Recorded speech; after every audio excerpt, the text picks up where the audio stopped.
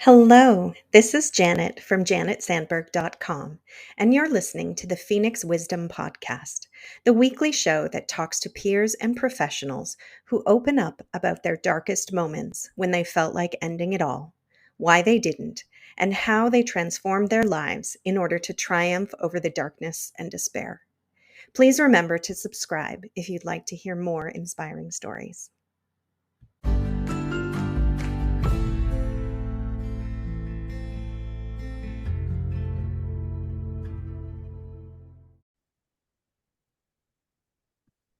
Hello, and welcome to the Phoenix Wisdom Podcast. This week, we are talking to Clare Garner, who is joining us all the way from the UK, which is an honor, our first British guest. So, thank you so much, Clare, for joining us. Can you just start by telling us a little bit about yourself, other than, where you live? Of course, thank you for having me as well. Pleasure to be here. So I'm Claire. I'm a mum of two. I'm 37 years young. I am a serial entrepreneur. I am in the corporate, the spiritual, and the coaching sectors. I've built two multiple six-figure businesses, and I'm presently living my dream life. Amazing. I love it. Obviously, it wasn't always that way, and things weren't always so bright and shiny, or we wouldn't be here talking today. Yeah. But, I would love to hear the transition. If you're on the podcast, it's because you at some point thought that you shouldn't be here anymore. So how do you go from that low of suicidal ideation, thinking either, however that came to you, that you were thinking those things, to being where you are now, where everything is amazing? Yeah, it's a million miles away, right? It's in hindsight, it's very easy to see the changes, but when you're in it, it's almost impossible. And I just want to say before I tell my story that whatever you're feeling at the moment, just know that it's valid, but also it's not the only view. You just can't see outside of what you know. You just can't see outside of the lens that you currently have. And it just takes that change of perception, that change of lens to be able to see a different way out. And I just want to share that before I Thank get you. into it. So true. Yeah. But so my story is long, but I'll try and condense it. I'll try and condense it. So basically, I found myself in a mentally and physically abusive relationship at the age of 18, which I then stayed in for 15 years. Oh my And goodness. yeah, so I was with him longer than I wasn't virtually, right? First 3 years of my life. But it was a roller coaster, to say the least. And again, from hindsight, I can now see a lot of things that I couldn't see when I was in it. And especially because I was so young when I met him and got into the relationship, it was almost like I was still growing up with that being normal, and with that being okay, this is kind of the cards I've been dealt, I'll just kind of make good as I can and hopefully he'll change. That was my thinking for a long time. So I had my first daughter at 19. Oh, wow. Yeah, so very quickly, obviously. And then I had my second daughter at 30. So with him. Bit of a gap. Yeah, bit of a gap. So I managed to spread it out. But yeah, so there were numerous times during that period where I couldn't see a way out. And I had tried to leave so many times. And what I actually help with my clients now in my coaching, and in a different context in the entrepreneur world, but the reasoning is still the same, is when your fear is greater than your dreams, than your desires to live a different life, than what you really want, but you can't overcome your fear because your fear is scary, right? It is scary, and it makes you feel like there's no way, there's just no way that that is meant for you. There's no way that you can have something different, no matter how much you might want it, and no matter how much you might feel, you know, you really desire it, and you just can't overcome it. And that was me for 15 years. Every time I tried to leave, I would get sucked right back. And the irony is that it was always me going back. It was not because he wouldn't let me leave, it was because I would then go back through my own free will, Right. because Because that's all you knew. exactly, it was my very uncomfortable comfort zone. Yes. Yeah. A terrible And comfort is often better than something new and scary.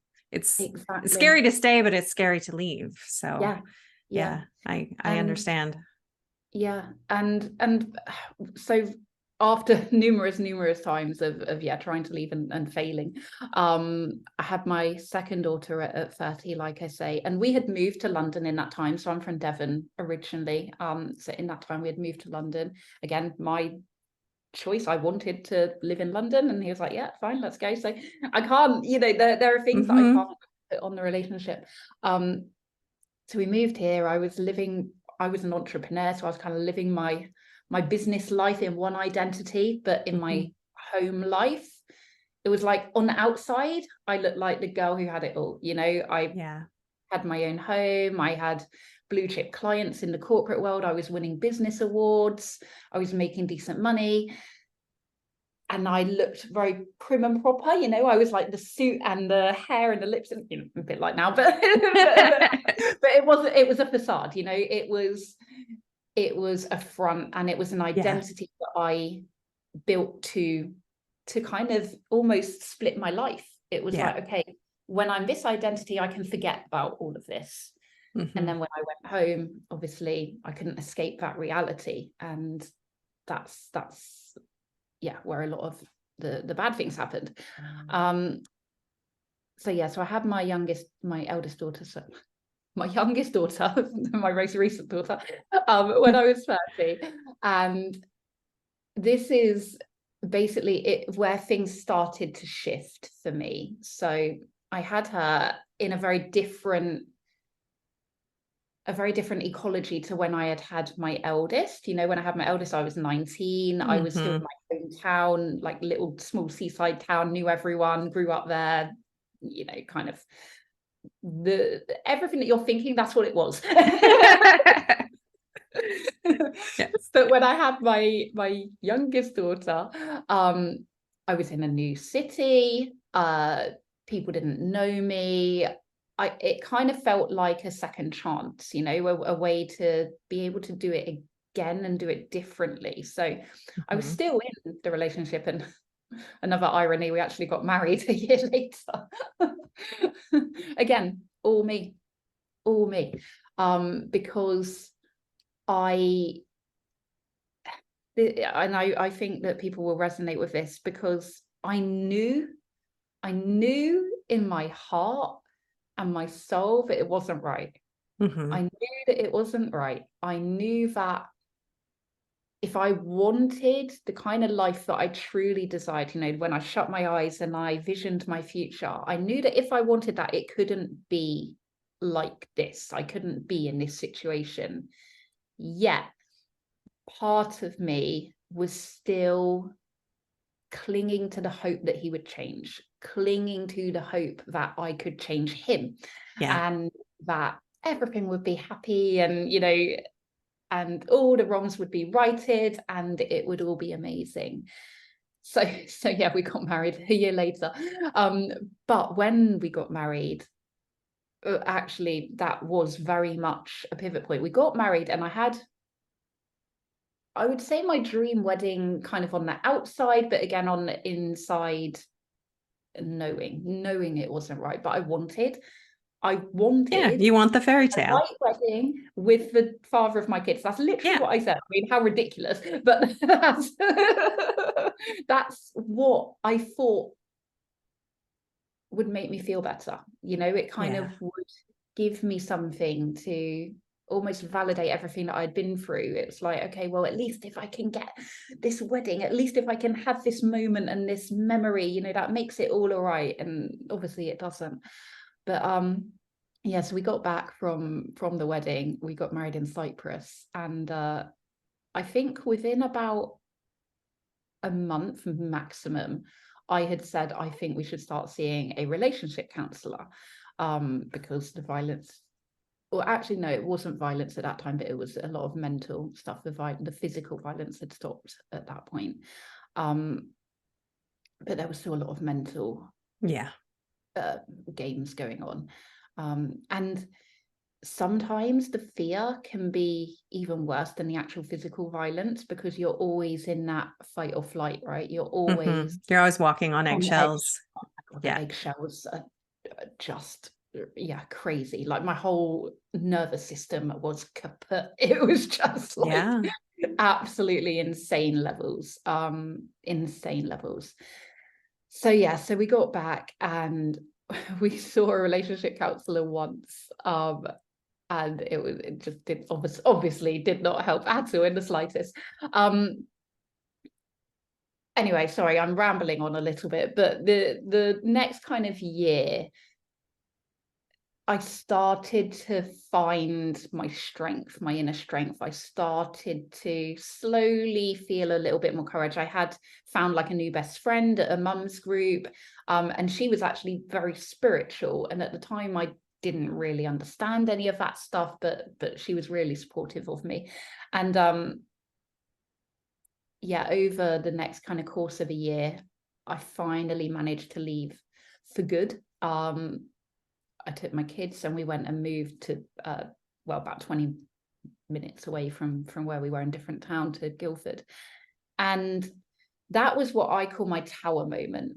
It was everything came crashing down around me. And although, again, in hindsight or from the outside, you would think, you know, good, like you need all of that to change. Like for me, it felt like my whole world just came tumbling down, you know, everything that Yeah. I knew in the last 15 years was now suddenly gone and changed and different.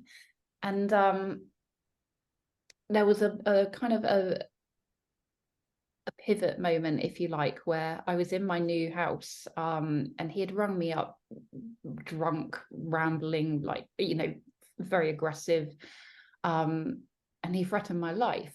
And that was actually the third time during the course of 15 years that he had threatened my life. And it was different that time. And I knew I knew differently that I could never go back. I just knew in that moment that if I went back, then I probably would die. I probably would either be killed or end my own life, because I just knew that I could not take that situation anymore. So Had you thought about ending your own life at any other time during the relationship, like over those I 15 had had years? many many moments where I would question, how do I escape? How escape as in this reality, not necessarily running out the door. And I had questioned whether that was a way. I had never done anything. I had never taken action on it, but there were many times that I strongly debated it in my own mind as to, is this the only way out? Yeah. Like, what choices do I have here? But I have I had one child at the time when those thoughts were going through my mind, and it was always the reason why I wouldn't let myself kind of spiral too much on that. So Mm-hmm. yeah, I had many moments where that was a consideration, a serious consideration, but I was always saved, if you like, by my daughter and by Mm-hmm. thinking, well, I can't leave her with him. Right. Yes. You Yes. know, it was, and he was never violent to her, but that for me was just like, Yeah. you know, that I couldn't do that to her. So yeah, so when I had my tower moment, and that situation happened, my whole life changed, and for a few months it was really rocky. You know, like he would be showing up at my house, he would be leaving notes, he would be ringing my daughter like drunk, and Oh. you know, saying things that you wouldn't want said to your daughter, you know, and it was just really, really scary and really hard to navigate. Mm-hmm. But I knew that if I kept the course this time, things would change. And they did. And it took time.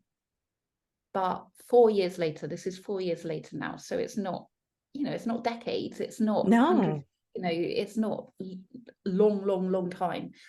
4 years later, my whole life looks 360. Like you wouldn't even know it's the same person. You know, it's crazy. Because once I knew that I had left for good, and I really knew in my mind, like, that is it, I'm done, done, done, done. Like, it's not even a contemplation anymore. Like, there's never any going back. Once I knew that, it was like the whole world opened up for me. Like, it led me to have my Mm-hmm. spiritual awakening. That led me to building 2 businesses to multiple 6 figures. It led me to now becoming a coach. It led me to now I'm a motivational speaker. Like, I manifested my dream house with my kids. Like, it's just mind boggling. It is. It is. And it's there are so many common threads through all of these stories that are being told on the podcast. And you know, your tower moment, you know, is basically the sometimes things get worse before they get better. You know, Yeah. it's scary to stay, it's scary to leave. You leave and then things get even scarier Yes. because Yeah. the world as you knew it just collapses, and you really have to start building that foundation all over again. And it's hard, and it's frightening, and it's, you know, you don't know where you're going a lot of times or what it's going to look like when you're done, but you just have to keep going. And then that's what happens when you do. And, you know, having those reasons to keep going, like your kids, you know, Yeah. that's really, and, you know, what your kids, not even your kids themselves, which is one thing, but what would their lives be like Yeah. without me is Exactly. a different facet of the same stone, right? 100%. Yeah. And that was a thought that, you know, I almost couldn't bear to think about, you know, that Mm-hmm. whole, what, you know, they would, you know, you do think about it, but Yeah. it's the whole narratives of, you know, they would grow up probably judging themselves, blaming themselves, always wondering why they weren't good enough for you to stay around. You know, all of these thoughts go through your mind. And, you know, for me, it was not something that I ever dwelled on for too long, because once I started going down that path, Oh, yeah. it was very much like, no, no, you know, computer says no. Like, you just can't. And, you know, it's hard because many times I did fear for my own life. And not even from my own hands, you know, I there were many occasions where I literally thought he was going to kill me. I really truly thought he was going to kill me. And, you know, it's scary. It's Yeah.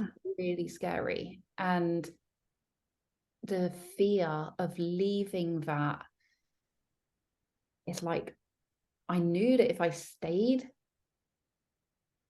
he could kill me, but I also knew that if I left, it would anger him and Right. he could kill me. Yeah. And it really was. It feels like a damned if you do, damned if you don't Exactly. Between a situation. rock and a hard place. Yeah. And the only thing that I clung on to was, I don't want to live like this forever. Like, I don't want to live like this forever. Mhm. I can't live like this forever. And the elder that my daughter got, especially my youngest, when she was born, it's almost like the more awareness you have around it, and you start, you know, like when she got to kind of 10, 11, and I would start, like, I have to say, he was never violent to her, but she would see things, you know, and Yeah. she would hear his aggression, and she would hear how he talked to me, and she actually started talking to me a little bit similarly. Mhm. And that was heartbreaking, because, you know, it's like, Yeah. okay, I'm already being mentally abused and verbally abused by your dad, and now you're doing it because you're emulating Yeah. him. You know, it's not her fault. But so that was a really bitter pill to swallow. And yeah, the older she got, the more I became aware that I couldn't let her think that that was a normal relationship, Yes. and that Yeah. that is So what she would. by saving yourself, you're also saving your kids. You know, Yeah, you're teaching them what they're worthy of and what they deserve. exactly. And you don't, we're so, women especially, you know, we do things for others that we don't do for ourselves. Yeah. And, you know, we can't say what things would have been, but, you know, until you start seeing that reflected in your children, you're more willing to put up with it. Yeah. Right. It's just me. This is how it is. You know, you make excuses, or there's also that scary reality of, I chose this guy. So, you know, if you decide to leave, then you also have to deal with that part of you that thought at one point this was a good idea, Oh, and yeah. why you made those choices. You know, there's that opens up a whole nother can of worms. But yeah, when the kids start getting older and you're like, wait a second, like it's not just affecting me and my life and my physical and mental and emotional health, it's affecting the kids. Yeah. Yeah. Yeah, I get that. It's And but the other thing that you said when you were talking about, you know, thinking about maybe not wanting to be here, and it's not so much, and for so many of us, it's not that we want to die, it's just that we need this situation a to way end. out. Yeah. Yeah, we just need this Yeah. life to end, not our lives, but this Yeah. life that we're living.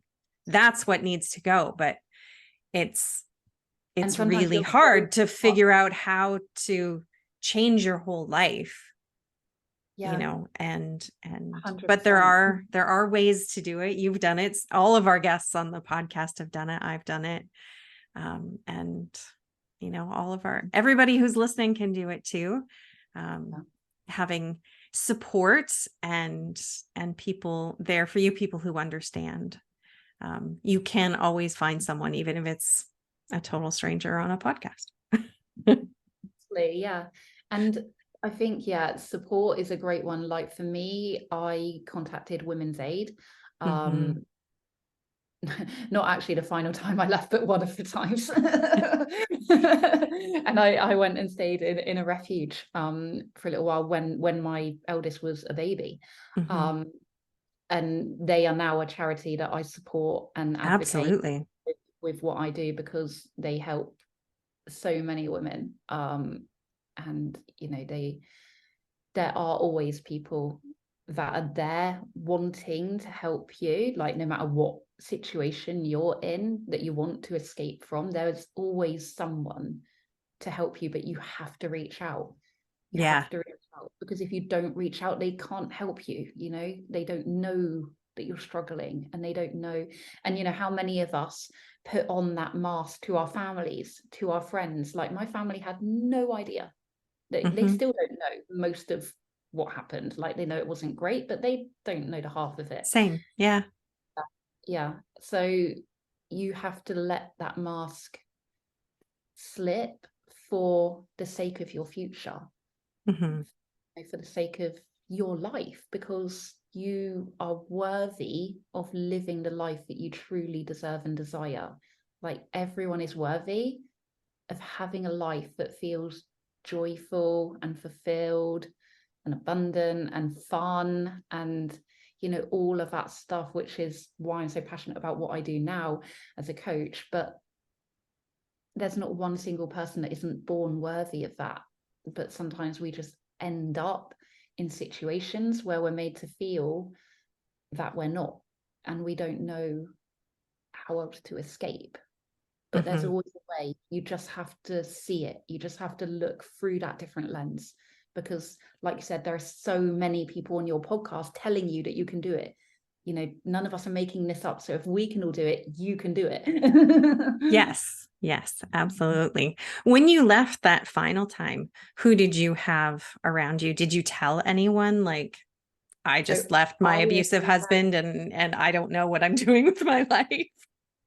So I'm not the best advocate for support because I only had my best friend. But somebody.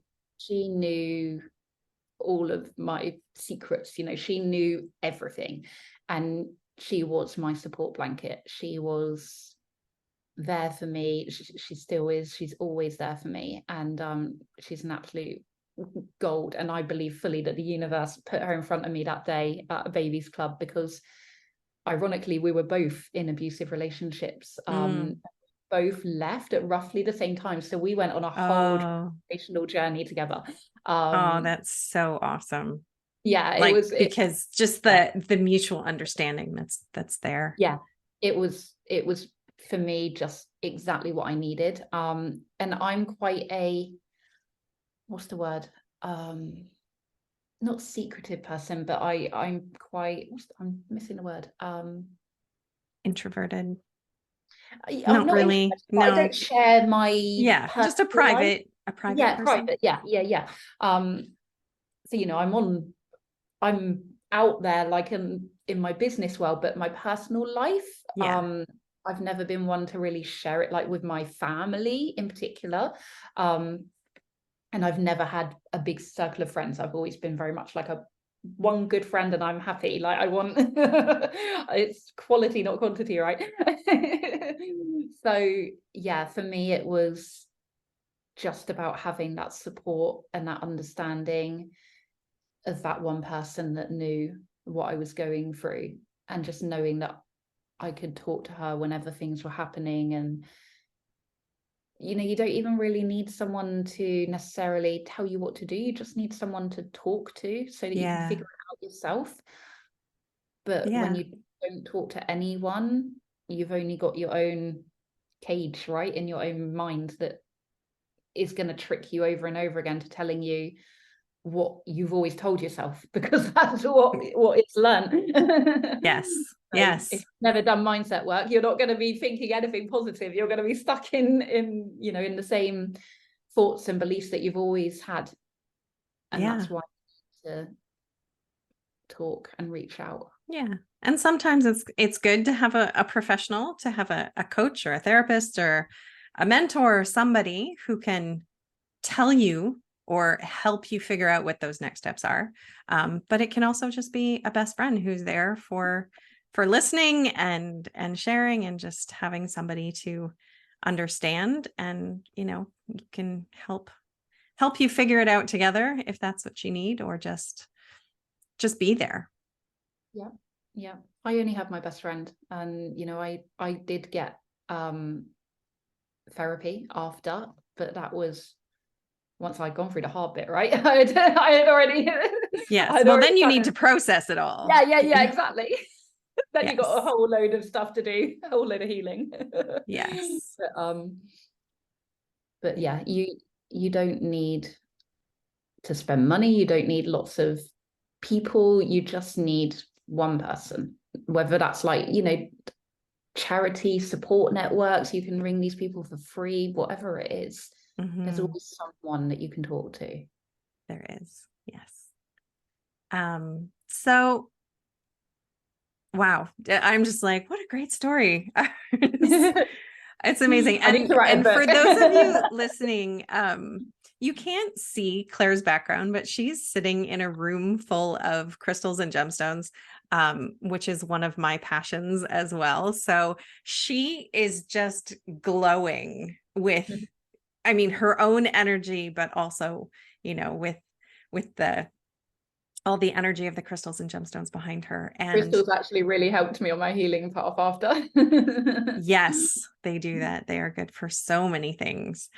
Um, but it and that's just to reiterate that everything can change. You can go from feeling trapped and controlled and really suppressed in who you are and just not be shining any light whatsoever to going through it all and doing what's best for you and taking care of you and creating a new life where you're just, a beacon of light and hope and a lighthouse for everyone else to help them find themselves as well. And I think that's part of it. Those of us, the reason people want to be on the podcast is to share these stories because we know that there is hope. And that's, we go through this stuff. If we don't tell our stories and we don't share, then kind of what's the point, right? Exactly. Yeah.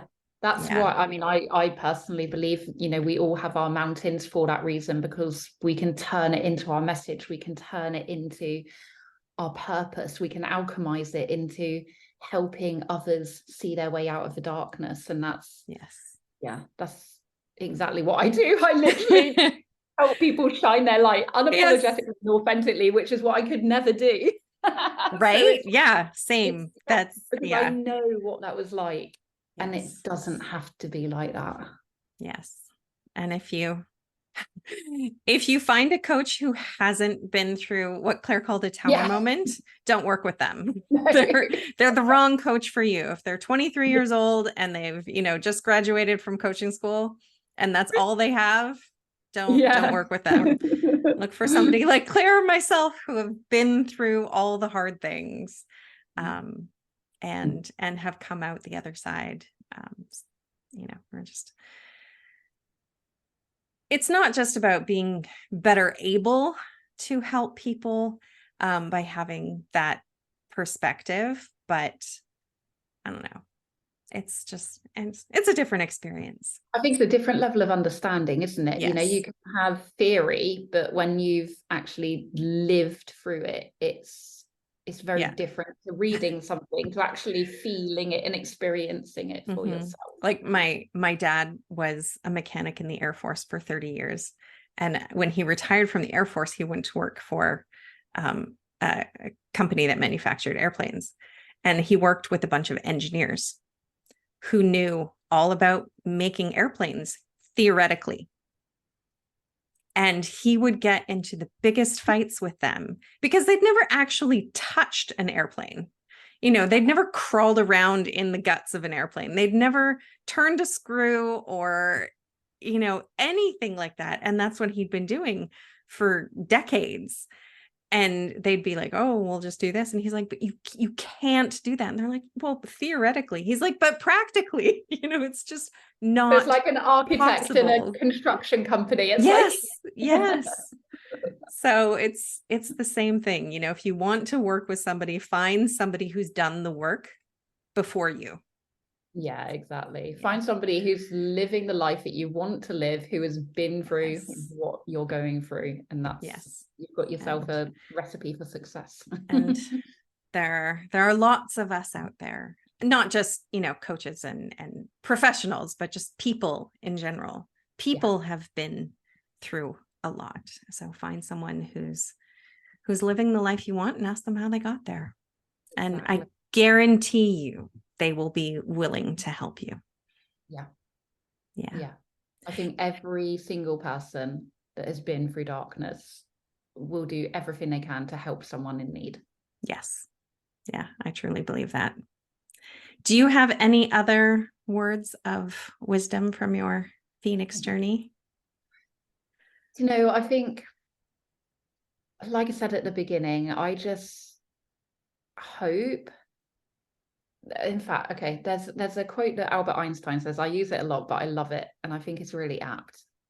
And it's, you either believe that everything is a miracle or nothing is a miracle. Yes. Yes, I love that one. So if you believe that everything is a miracle, that means you are a miracle. And that means you are capable of doing extraordinary things. Yes, I love that. Thank you so much for being here today and for sharing your story and your wisdom and shining your light in the world. Oh, bless you. Thank you for having me.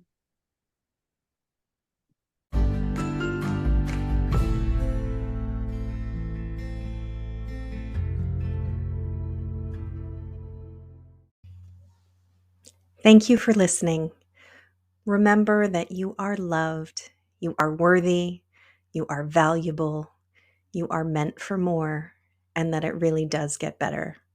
If you are in crisis, there are numbers that you can call or text to get the help that you need. That information for Canada and the US is in the description below each episode. If you are in immediate crisis, please call 911. We love you, and I hope you'll listen again.